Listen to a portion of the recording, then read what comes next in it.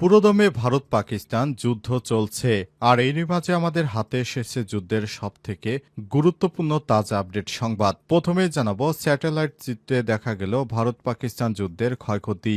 ভারত ও পাকিস্তান সম্প্রতি 4 দিনের সামরিক সংঘর্ষ ছিল গত অর্ধ শতাব্দীর মধ্যে সবথেকে বড় ধরনের লড়াই। উভয় দেশই ড্রোন ও মিসাইল ব্যবহার করে একে অপরের উপর হামলা চালিয়েছে, বড় ধরনের ধ্বংস সাধনের দাবি করেছে। তবে সত্যিকার অর্থে এই ক্ষয়ক্ষতি কতটা তা নিয়ে তৈরি হয়েছে ধোঁয়াশা। এবার স্যাটেলাইট থেকে জানা গেল যুদ্ধের প্রকৃত ক্ষয়ক্ষতি। এ বিষয়ে গুরুত্বপূর্ণ সংবাদ থাকবে, সঙ্গেই থাকুন। এরপর জানাবো, নরেন্দ্র মোদীর হাত ছেড়ে দিলেন যুক্তরাষ্ট্রের প্রেসিডেন্ট ডোনাল্ড ট্রাম্প। ভারত ও পাকিস্তান সাম্প্রতিক সংঘাত, উত্তেজনা, শান্তি প্রক্রিয়া এবং আগামী দিনের অনিশ্চয়তাগুলো নিয়ে একটি বিশ্লেষণ প্রকাশ করেছে পাকিস্তানের প্রভাবশালী ইংরেজি দৈনিক দ্য ডন। সেখানে জানানো হয়েছে, ভারতের হাত ছেড়ে দিয়েছে ডোনাল্ড ট্রাম্প, মোদী পড়লেন বিপদে। এ বিষয়ে গুরুত্বপূর্ণ সংবাদ জানাবো, সঙ্গেই থাকুন। এদিকে ইসরায়েল যুক্তরাষ্ট্রকে 600 ক্ষেপণাস্ত্র ছোড়ার হুমকি দিল ইরান। মধ্যপ্রাচ্যে উত্তেজনা নতুন মাত্রা পেয়েছে। আজ ইরানের ইসলামিক রেভলিউশনারি গার্ড কর্পস আইআরজিসির commander major general Hossein Salami এক টেলিভিশন ভাষণে বলেছেন, ইরান একসঙ্গে যুক্তরাষ্ট্র ও ইসরায়েলে 600 ক্ষেপণাস্ত্র দিয়ে হামলা চালাবে।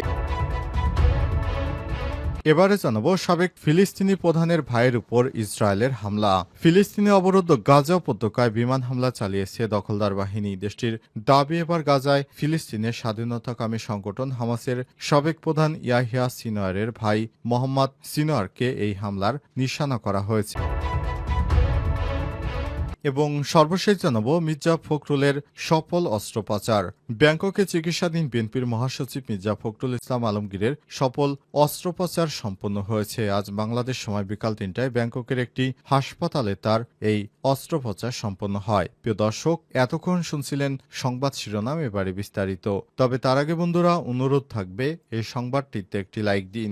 এই চ্যানেলে আপনি নতুন হয়ে থাকলে আমাদের সংবাদটি দেখতে দেখতে চ্যানেলটি সাবস্ক্রাইব করে রাখুন। কমেন্ট করে বন্ধুরা আপনার মূল্যবান মতামত জানিয়ে দিন আপনি বিশ্বের কোন দেশ থেকে বা বাংলাদেশের কোন স্থান থেকে আমাদের সংবাদটি দেখছেন এবং শুনছেন। আর বন্ধুরা, গাজা যুদ্ধে আপনি যদি নিরীহ ফিলিস্তিনিদের ভালোবেসে থাকেন, কমেন্টে ইয়েস লিখে বিশ্ববাসীকে জানিয়ে দিন। সংবাদটি আপনার সোশ্যাল মিডিয়া, ফেসবুকে বন্ধুদের দেখার সুযোগ করে দিন। এবারে বিস্তারিত। ইসরায়েল ও যুক্তরাষ্ট্রকে 600 ক্ষেপণাস্ত্র ছোড়ার হুমকি দিল ইরান। মধ্যপ্রাচ্যে উত্তেজনার মাঝে এবার নতুন বার্তা দিয়েছে ইরান। যুক্তরাষ্ট্র এবং দখলদার ইসরায়েলি বাহিনী যেভাবে ইরানকে বেকায়দায় ফেলতে চেয়েছিল, ইরানও পাল্টা জবাব দিয়েছে। ইরান জানিয়েছে, যুক্তরাষ্ট্র ও ইসরায়েলে তারা 600টি রকেট দিয়ে হামলা চালাবে, কারণ তারা যেভাবে বাড়াবাড়ি করছে, ইরানকে পারমাণবিক অস্ত্র ও কর্মসূচি নিয়ে যেভাবে নিষেধাজ্ঞার ভয় দেখাচ্ছে, তাতে ইরান তাদেরকে ভয় পায় না, বরং তাদেরকে উচিত শিক্ষা দেবে বলে জানিয়েছে ইরান। আজ ইরানের একটি বার্তা সংস্থার মাধ্যমে বিষয়টি নিশ্চিত করা হয়েছে। ইরানের প্রতিরক্ষামন্ত্রী আব্বাস আরাগচি জানিয়েছেন, ইরান আগে থেকে অনেক বেশি শক্তিশালী। ইরান এখন এতটাই শক্তি অর্জন করেছে যে পশ্চিমাদের 600 ক্ষেপণাস্ত্র দিয়ে হামলা চালানোর সক্ষমতা রাখে। সরাসরি যুক্তরাষ্ট্রের প্রেসিডেন্ট ডোনাল্ড ট্রাম্পকে ইরানের পক্ষ থেকে এই ধরনের আগে পরে কখনোই হুমকি দেওয়া হয়নি।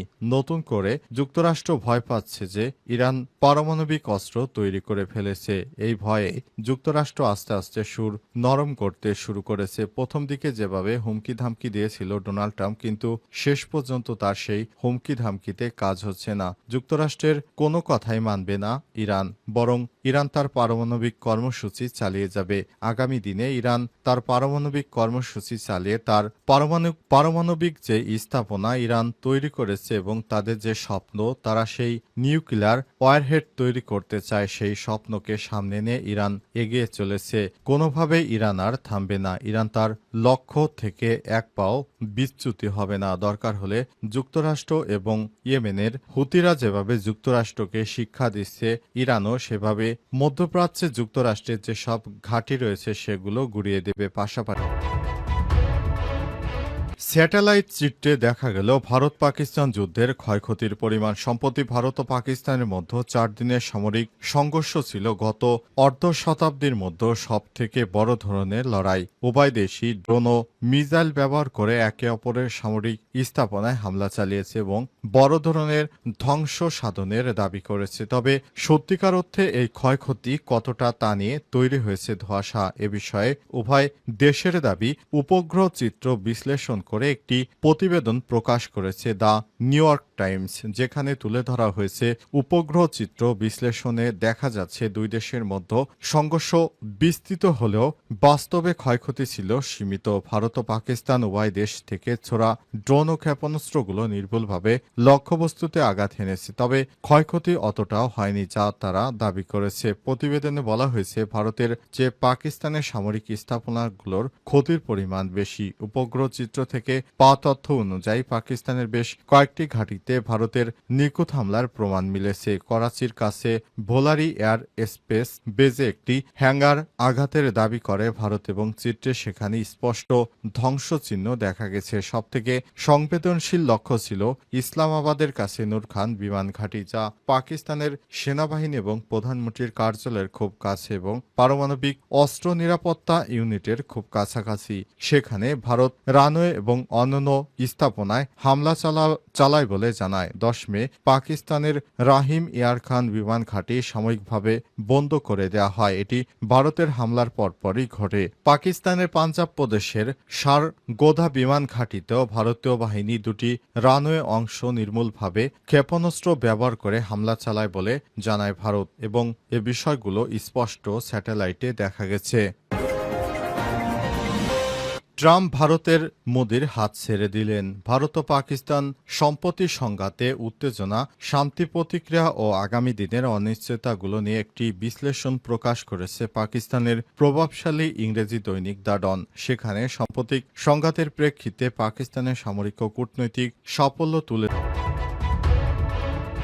ট্রাম্প ভারতের মোদির হাত ছেড়ে দিলেন। ভারত ও পাকিস্তান সম্প্রতি সংঘাতে উত্তেজনা, শান্তি প্রতিক্রিয়া ও আগামী দিনের অনিশ্চয়তাগুলো নিয়ে একটি বিশ্লেষণ প্রকাশ করেছে পাকিস্তানের প্রভাবশালী ইংরেজি দৈনিক দ্য ডন। সেখানে সাম্প্রতিক সংঘাতের প্রেক্ষিতে পাকিস্তানের সামরিক ও কূটনৈতিক সাফল্য তুলে ধরা হয়েছে। বিশ্লেষণটি লিখেছেন করাচি ভিত্তিক সাংবাদিক ও লেখক জাহিদ হুসাইন। কালবেলা পাঠকদের জন্য সেটি বাংলায় অনুবাদ তুলে ধরা হলো। দক্ষিণ এশিয়ার দুটি পারমাণবিক শক্তিধর দেশের মধ্যে 4 দিনের তীব্র সংঘাত এবং সর্বাত্মক যুদ্ধে রূপ নিতে পারত অবশেষে থেমেছে। মিসাইলের গর্জন থেমেছে, বন্দুকের নলগুলো নীরব হয়েছে। মার্কিন মধ্যস্থতায় যুদ্ধবিরতির পর ভারত ও পাকিস্তান উভয় সংঘাত থেকে সরে এসেছে। যুদ্ধ হয়তো বন্ধ হয়েছে, তবে এই যুদ্ধবিরতির চারপাশে এখনও ঘনিয়ে আছে অনিশ্চয়তা। ভারত এখন পর্যন্ত পাকিস্তানের সঙ্গে মূল বিরোধের বিষয়গুলো নিয়ে গঠনমূলক আলোচনায় বসার কোনো আগ্রহ দেখায়নি। বিগত কয়েক দশকের মধ্যে সবথেকে তীব্র এই সামরিক সংঘাতের ফলাফল ভারতের কট্টর জাতীয়তাবাদী সরকারের প্রত্যাশা অনুযায়ী হয়নি। বহু পাকিস্তানি শহরে একযোগে ক্ষেপণাস্ত্র হামলা চালিয়েছে ভারত। যা চেয়েছিল পাকিস্তানের তাৎক্ষণিক ও দৃঢ় প্রতিক্রিয়ায় তা ব্যর্থ হয়েছে নরেন্দ্র মোদীর। ভারতের সবথেকে আধুনিক 5টি যুদ্ধ বিমান গুড়িয়ে দিয়েছে পাকিস্তান। আধুনিক যুদ্ধ ইতিহাসে নজিরবিহীন এক কীর্তি গড়ে তোলে পাকিস্তান। এরপর ভারত আরও উস্কানিমূলক পদক্ষেপ নেয়। পাকিস্তানের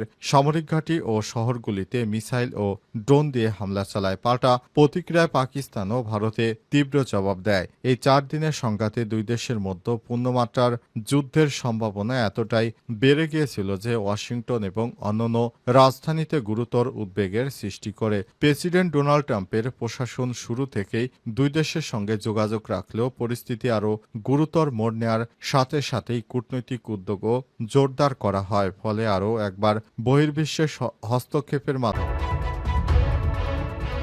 মির্জা ফখরুলের সফল অস্ত্র পাচার।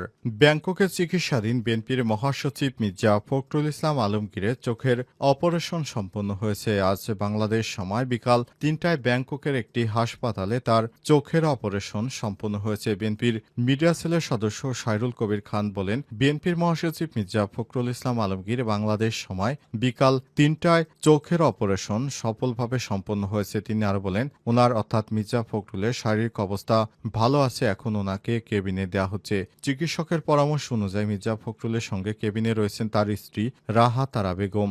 বিএনপির মহাসচিব মির্জা ফখরুল ইসলাম আলমগীর হঠাৎ করে তার চোখে সমস্যা দেখা দিলে তিনি তার ঢাকার একটি হাসপাতালে ডাক্তার দেখান। তবে সেখান থেকে জরুরি পরীক্ষা নিরীক্ষা শেষে জানানো হয়েছে তার উন্নত চিকিৎসা দরকার। এরপর সেদিন রাতেই জরুরি চিকিৎসা নিতে তার স্ত্রী রাহাতারা বেগমকে সঙ্গে নিয়ে ব্যাংককের উদ্দেশ্যে রওনা দিয়েছিলেন বিএনপির মহাসচিব মির্জা ফখরুল ইসলাম আলমগীর। অবশেষে তিনি সফলভাবে তার চোখের অস্ত্রোপচার